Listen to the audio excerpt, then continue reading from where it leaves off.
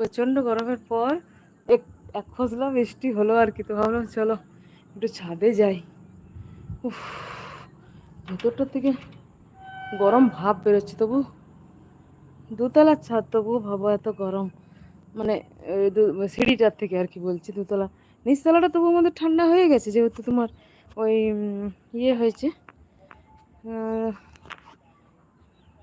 লাইভটা অ্যাপ্রুভই হয়েছে না হয়নি, শুধুই বকবক করে হচ্ছে, কিছুই তো বুঝতে পারছি না। দাঁড়াও 1 সেকেন্ড।